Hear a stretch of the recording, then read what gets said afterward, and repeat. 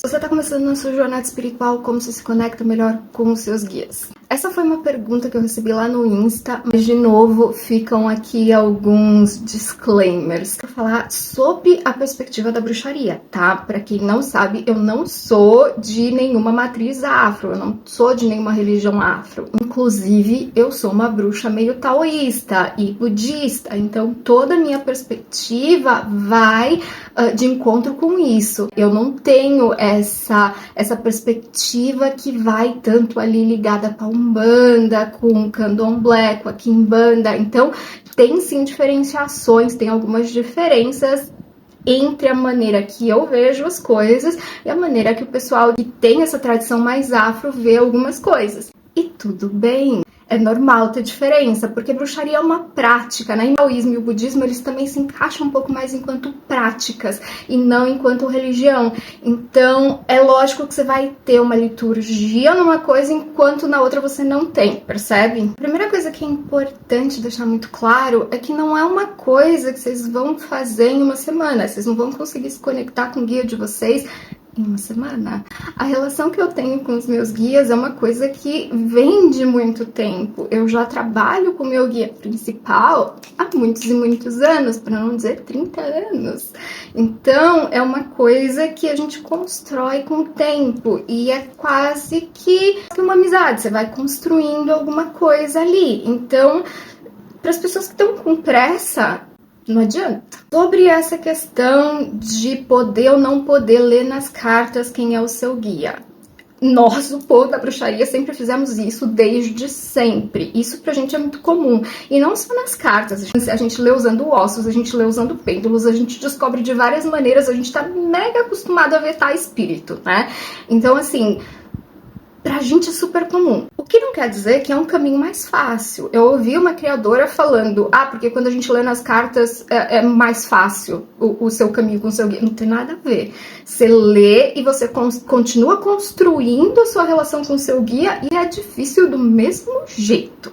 Agora, para essas tradições de religião de matriz afro, o que acontece é que, e aí, perdão se eu tô errando alguma coisa, vocês fiquem à vontade para me corrigir, mas tem muita coisa que a religião não permite que se leia na carta. Então, daí, normalmente você tem os búzios, você tem que confirmar com o seu pai de santo, você tem que... Então, aí é uma coisa que passa, assim, pela questão da religião, muito mais do que pela questão da prática, você percebe? Inclusive, a maioria de nós bruxas, a gente não faz as leituras de guia pro pessoal que segue essa matriz afro. A gente respeita totalmente, a gente não lê, mas para quem não é, a gente continua seguindo as nossas próprias práticas. Porque afinal de contas são nossas e a gente também tem direitos às nossas práticas. Como você pode também se conectar mais com o seu guia? É sempre interessante você criar um espacinho para ele.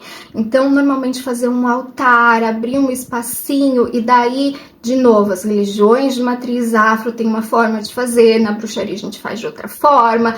Se você segue alguma religião que é mais católica, você pode fazer da forma mais católica, mais cristã.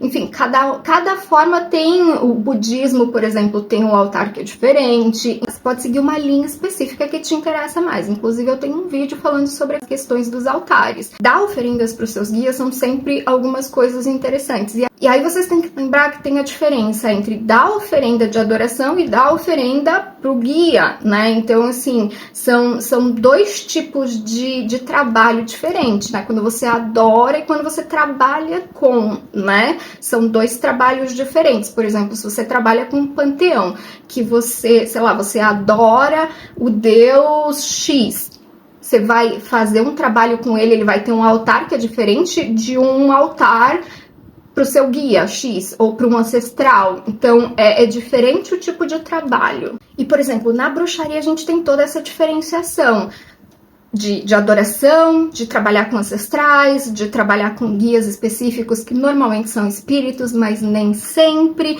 Aí a gente pode trabalhar com véu especificamente, a gente pode trabalhar com clip-off, a gente pode trabalhar com os infernos, a gente pode... Enfim, a gente tem uma linguagem que é nossa própria. Enquanto, por exemplo, na Umbanda eles chamam de entidades, a gente chama de espíritos. O povo da Umbanda também chama de obsessores, a gente também chama de espíritos. E aí a gente também tem na bruxaria o povo que trabalha com os fantasmas famintos, que são os Hungry Ghosts, que estão ali no ciclo do karma, né? Quem não viu esse vídeo, eu também tenho um vídeo explicando o karma, que é uma tradição hindu. Então, para quem trabalha com tradições mais orientais, por exemplo, essa denominação de Hungry Ghosts, que é um reino, os fantasmas famintos, seria mais ou menos um umbral, dá pra gente traduzir, assim, algumas coisas. Isso é uma tradução cultural, religiosa, e para quem quiser entender um pouquinho mais como isso funcionaria, Escola Italiana de História das Religiões. A gente só não pode esquecer de historicizar e tentar entender que coisas diferentes são coisas diferentes.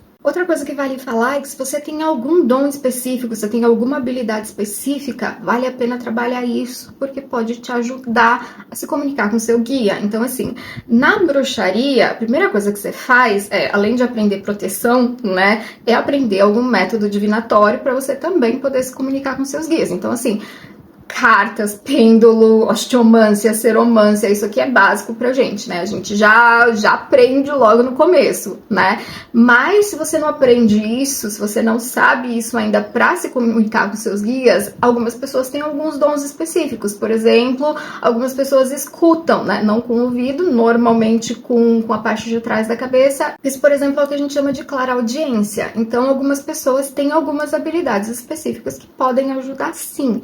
E sim, dá pra gente também descobrir isso com cartas. Isso é outra coisa que a gente também faz muito na bruxaria. A gente descobre quais são os seus dons por cartas. Só lembrando de novo, bruxaria não é religião, tá? Bruxaria é uma prática. Vive no mundo das práticas, vive sempre ali no mundo do rito, porque a gente funda sempre o mundo no rito, né? A gente não vive tanto ali no mito, a gente vive um pouco mais no rito. Isso é bastante interessante.